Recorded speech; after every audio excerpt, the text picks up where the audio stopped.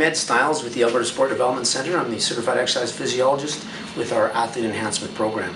I'd like to talk to you today about core training. And I'd like to stress that it's not about creating a six-pack, although that can happen if we do it right. It's about ensuring a stable base and a safe spine.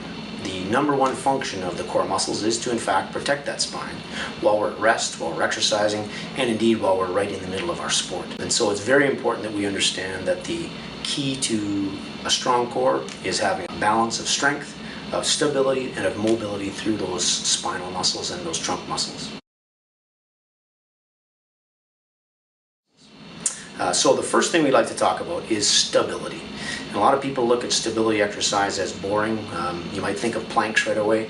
The reality is, if you've seen the posture video that we recorded, that the human body needs to function from those positions of posture. When we talk about the athletic position, we talk about athletes being in good posture and ready to move any which direction. And most sport will have an athletic position that involves that same thing. And so it's important as physical educators that we convince athletes and ourselves that we need to encourage people to be strong in good postures.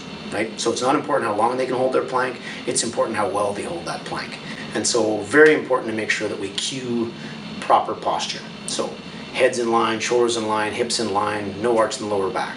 When we're doing plank exercises, be it a front plank, a side plank, a back plank, or a bridge exercise, it's vitally important that we line those tissues up. Otherwise, all we're doing is we're building strength on dysfunction, and that's not what we want to have happen.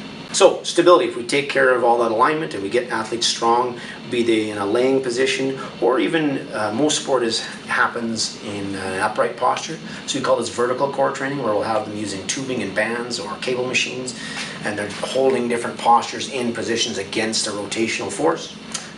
We would call that resisted rotation. That again is a core stability function. From core stability, then we move into things like rotation. And so doing simple things like a cable rotation or abdominal curls with rotation.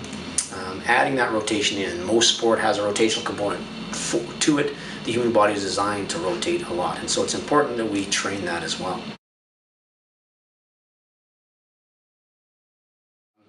Extension, often ignored, often we don't spend a lot of time on it, but the ability to take your spine and pull it back into neutral or even past neutral using these spinal erectors and the glute muscles. We'll spend a lot of time training these abs because that's what kids want, or that's what we as coaches think that they need. And so we spend a lot of time strengthening these at the risk of hurting these. And so we need to have a balance between the extensors and the flexors so that people can remain in that upright posture. So it's very important to do things like Superman, like bird dogs, like hip lifts, bridges, and that type of exercise. So always having some extension. For every flexion, there should be some extension or rotation or both. Flexion. So flexion is again the most popular. We're talking about sit-ups and pikes and all kind of crunches and crunchies. We know that repeated forward flexion cycles will cause discal herniation if repeated enough. Stuart McGill's research is world respected, and so we have to make sure that we're training stability first. We do some rotation, we do some extension, and then yes, indeed, we get to do some flexion.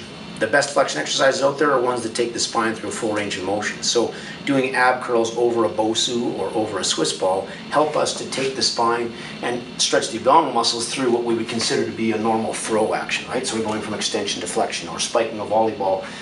Most ab flexion exercise we do straight from the floor, all we're doing is we're practicing throwing up. And so I'd like to encourage you as coaches to think more about the function of those muscles as opposed to how to make them look pretty. So ensure with our flexion activities that we're doing things that don't put the spine into loaded postures. So let's just make sure that we choose exercises that are healthy.